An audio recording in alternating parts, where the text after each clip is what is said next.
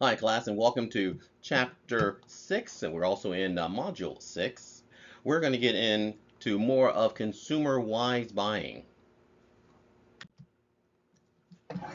Chapter 5, we talked about advantages and disadvantages of consumer credit. We also got into types of consumer credit. We got into determining whether you can actually afford a loan and how to apply for a loan or a credit card and look and determine the interest rates that will be more appropriate for you. And we got into a lot of other things. So now we're going to shift gears and talk about what is wise credit. And wise credit also going to build your FICO score. FICO score basically is Fair Isaac Corporation. It originally was the FICO score is what it was concerned with, and the FICO score is a three-digit number that represents the amount of risk a prospective borrower poses to a lender. Scores can range from 300 to 850. So that's when people say, "Hey, what is your FICO score?" That's what they're asking. They're trying to figure out if you are going to be good enough, honestly, to be trusted to borrow their money. And a lot of places have a standard a FICO score or credit score that they would accept. For example, the VA. When I was applying for a VA loan as a veteran of the United States Navy, I had to have at least a 620 or better. And that's not a high score, but that is the bare minimum that they would allow for me to borrow, federal funds in order to buy that home. And not necessarily federal funds. The bank is still going to be lending me the money, but they're guaranteeing the money based on being a veteran and also zero money down. All right, so let's get into consumer purchasing and wise buying strategies. We're going to talk about identifying strategies for effective consumer buying. We're also going to get into implementing a process of making the consumer purchases. Figure out what you really want to buy. We're going to describe steps to take to resolve consumer problems. That's going to happen. And evaluate legal alternatives available to consumers.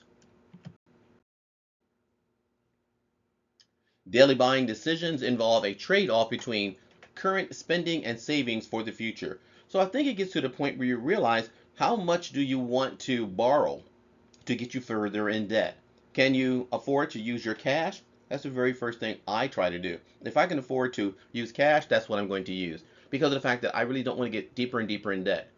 And think about it, the older you get, the closer you get to, unfortunately, your mortality, and you realize you're taking your debt to the grave, or if you're married, you're passing your debt on to your spouse. A lot of folks don't realize that yes, if you're married, you are a joint union. You're one person. You may be Kevin Austin and such, but together on paper, your debt is her debt and vice versa, or his debt is his debt, whatever the case may be. So you have to understand that. Understand also your economic and social and personal factors affect daily buying habits. Funny enough, I was heading out to my usual, runs of going to the dog park with my dogs. Then I was going to go ahead up to my favorite taco restaurant because it's Taco Tuesday. And I said, I always spend about 80 bucks when I go out. I said, no, I'm going to do something different. So I did a U-turn. Again, this is the strategy that I've built.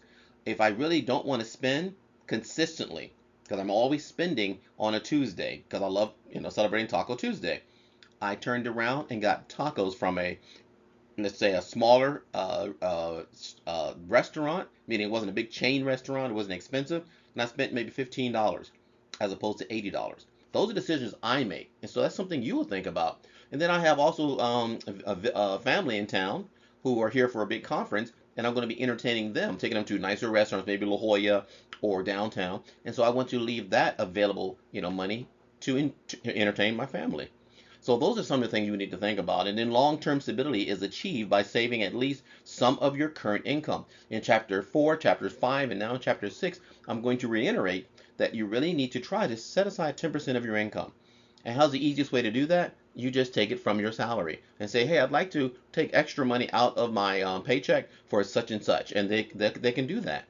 Or you immediately take money that's in your direct deposit and then always have an immediate transfer into your savings account. Say you make 8,000 a month, put 800 in your savings account. That's 10%. If not, put it into a IRA, put it into, let's say, something that's maybe tax exempt, education fund for your kids. A lot of things you can do to make your money grow. Also, think about that 401k, increase that 401k that you have. And then overspending leads to misuse of credit and financial difficulties. A lot of financial difficulties come from people living beyond their means. And I think in chapter 5 we talked about that. Also in chapter 4, that a lot of folks, they spend exactly what they make. They spend above what they make. And people say, well, how do you do that? If you only make 8,000 a month, how do you spend 10,000? Credit cards. Additional, say you buy a new car, or you decide that you're going to buy some new furniture. You're spending above what you already have. And it's easy to adjust that by just saying no. Now, you're going to have times when you're going to need that credit card to unfortunately balance out the money you don't have. That's what we call that emergency money. That's when you say, oh my God, my electric bill costs this, my Verizon bill costs that, I need to take care of my kids' lunches in school. What do? Okay, I will pay Verizon with this credit card, I'll do SDG&E with this card, then next month I'll do everything with my debit card. There is a strategy you have to put in place. You got to put something in place so that you don't get buried in credit card debt. For practical purchasing strategies is comparison shopping. I like this. This is something my ex-wife taught me. She goes, why do you buy this? Do you know that you get more in bulk if you buy this? So we're Costco shoppers. And if you get something in bulk, you can break it down to find out if it is cheaper. Or should you just go to Ralph's or Vaughn's or Smart and Final? And so timing your purchase is important. The location is important when you're purchasing something. Where are you getting it from? Online, face-to-face, brick and mortar, you're going in. They have a lot of weekend, they're called, what are they called? Farmers markets. Those are a gold mine for, first of all, fresh fruits, fresh vegetables. Sometimes they got, things that you can buy for your home, but think about going there. Brand comparison, do you need the Nike or can you get maybe a Reebok? Or like me, I like Vans. They're very affordable, very durable, and you're not chasing behind, everybody else trying to look cool. Label information, read the label. Maybe you aren't getting all of the nutrients that you think you're getting in this particular product. For a while, we end up getting for my children that Proactive. They were going through their teenage period, and they were like, "Oh my God, Dad, I got acne everywhere. I got to get something. I'm not popular in school anymore." So both my son and my daughter, we bought the Proactive, and the ingredients were so strong that they were burning my son and my daughter's skin, and it was very uncomfortable, and it was leaving scarring. And I said, "This is not something we really, should be putting on our kids' face." And again, it's not for everyone, but for our kids, maybe it's because they're mixed with Japanese and African American. Maybe their skin couldn't handle, I don't know, whatever it was. We said stop. So we have to do that comparison to find out what's good and what's, actually in the actual product. Read the label. And then definitely a price comparison. Can you get more for your money going to Smart and Final, going to Vons, or going to Costco? For me, I'm a Costco guy and a Smart and Final guy. I used to go to Vons and Ralph's and Albertsons and all those stores, but if you notice when you go into those stores, they're fancy, they're beautiful, they got huge ceilings with great lights and fans and all these cool little setups. But you go to Smart and Final, you have aisles of food, aisles of produce, and cash registers. No pumping circumstances, no fanciness. Same thing with Costco. It actually is a warehouse. It is a big warehouse with food, appliances, furniture, cars, etc. So they don't have as much overhead as Albertsons has and all the other chain fast food, not sorry, fast food, grocery stores have. So here's an easy way to look at a comparison. If you want to calculate the amount of units, for example, 64-ounce product costing $8.32, it would be calculated in this manner. For example, $8.32 divided by 64 ounces. So how many ounces are are breaking down the money. So that equals 13 cents or, well, 0.13 or 13 cents a gallon. I'm so getting confused here. 13 cents an ounce. So when you see that, you realize, okay, let me compare this other item. Let me compare this can item. Because if you notice, you go to the store, you have a can this big and a can this big. Or you, for example, get the laundry detergent. I get the little, what they call the little pods that you drop in. Maybe I should be getting the pour out. Maybe there's more in the pour out. That's for me to determine and do the comparison. And that's for you to do the comparison. But do we do it? No. Do we just grab what we always get? Yeah. So sometimes we got to stop. If we really want to really be good, wise consumers, we have to stop for a minute and put some strategies in place. So here is kind of an idea of wise buying activities. Conduct online research. That pretty much is probably your starting point because online doesn't have any overhead. What do I mean by that? They don't have brick and mortar. They don't have electric bills. They don't have lights. They don't have doors to open. They don't have security you have to deal with. They don't have physical employees in the building helping you. They have a warehouse of products. A good example is Amazon. And they do have employees, of course, but they don't have all the things that the standard stores have. They're not dealing with 15 different stores and trying to cover their, financial, books by making sure that they have enough customers walking through the door. So you want to start there and compare brands and features and so forth. Again, labeling, warranty information is important. I'm a person, honestly, I don't always get warranties because I'm pretty good with my electronic products or whatever I purchase. But things do happen. I bought amazing furniture, which I love from Jerome's Furniture, and it was called the some kind of leather, which means it peels. I didn't know that. And the sofa started peeling. It was outside of the warranty. Otherwise, they would have given me a new sofa for free. Then another time I bought something from Jerome's.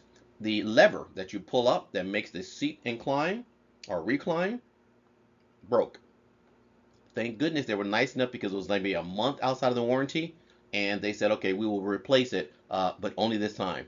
So sometimes you are being held victim, so to speak, to the warranties because you don't take the warranties, or in most instances you take them and never use them. Then you feel like, oh my goodness, why spend an extra $100 on this product when I'm never going to, worry about that warranty.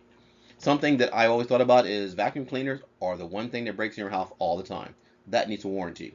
Does a toaster need a warranty? I've had a toaster since I was born. I think when I came out and I was born at 1 day old, someone gave me a toaster, and I still have that toaster. That's a joke, but the point is, toasters don't break. Refrigerators? We had a refrigerator in my family since I was like born till I was about 16, 17 years old. We're talking 16, 17 years. Refrigerators don't break.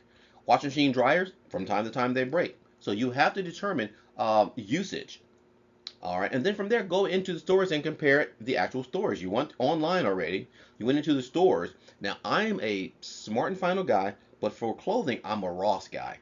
I will go to Ross because I find just comfortable, casual clothes there. Years ago, where did I go? Nordstrom's, Neiman Marcus, Saks Fifth Avenue. I had to have the best, and I had to have a tag that said Saks Fifth Avenue. I had to make sure it stayed on there so people saw where I shopped at. As I got older and got married, got children, I am not a Saks Fifth Avenue, not a Nordstrom's guy because it made no sense. Now you're young, you're single, you're a bachelor, whatever. You're enjoying yourself. As you get older, you realize you need to start becoming a wise consumer. So now we went from the online, went to the stores, and now you're going to make the purchase. This is when you start thinking about secure the buying on the website. Make sure it's secure. It's very important. Seek the discounts. I have started doing that now. I have a Capital One credit card, and they said if you use your Capital One for major purchases or maybe even all your purchases, you get cash back. And so I went ahead and activated that feature. Some of us are too lazy to read the small print, or we think it's more junk mail. Read information from your credit cards. It's so important. Ross credit card, I get a real good amount. I think I got like $45 back in the course of 2 months of using the card. And so those are important. So think about the cards you're getting and where you're using them at. Ross also has an online, let's say, presence as well as face to face. I like to go in and touch the clothing though and see how it looks. Try it on if I can. And then finally, Groupon. This is the final phase here. Plan for future purchases. For example, I love bowling. I love going to karaoke. So I don't just go to, say, SDSU, which has an amazing bowling alley, because I'm a graduate of SDSU. I go on to Groupon first and find out, sure enough, they've got a Groupon for that. So you get, like, say, 2 hours plus shoe rental for, let's say, $45 for four people. That's unheard of. That's really good. That's just a kind of a guess. But those are things I start doing. I start shopping more, trying to be more of a wise consumer. Warranties, again, you've got to look at it in terms of the usage of the product that you've got. For example, I definitely have taken back vacuum cleaners a couple of times to um, good, what is it called, Home Depot or Target because vacuum cleaners don't work as well as they should. Fans, some fans they don't put out any air. You realize that or something. Warranties sometimes come into play. Let's say tools. I got drills and almost every tool you get from Home Depot. They ask you, do you want the extended warranty? You know, which is you have the 1 year manufacturer's warranty. Most all products have a 1 year manufacturing warranty. That's important. So, but also going back to warranty, think about your car. I bought a new Mercedes. I really love it and all that, but it was only I think a year left on the existing warranty. A new Mercedes to me, but it was 2019, and I bought it in 2023. So the point of that is I immediately looked for an extended warranty and I purchased it through the dealership. That warranty's run out. So am I covered now? I'm not. So I've got to find another warranty. It takes me out at least 4 years because it's inevitable that something's going to happen to your car. Knock on wood that it doesn't. But when it does, you don't want that outrageous repair bill. You want to be able to replace the tires, or for example, I go to Discount Tires. Discount Tires guarantees their tires for like a really extended amount of mileage, okay, or at least 4 or 5 years. And on average, you change your tires out every 3 to 4 years, which is, kind of really good. My tires on my car for two rear tires cost me $750. I've never spent that kind of money. But again, if you're going to be a wise consumer and you're going to drive a Mercedes like myself, be prepared to handle the maintenance of it. And people don't even get that part. Well, if you got a nice car, but you got to make sure you can maintain the maintenance of that car.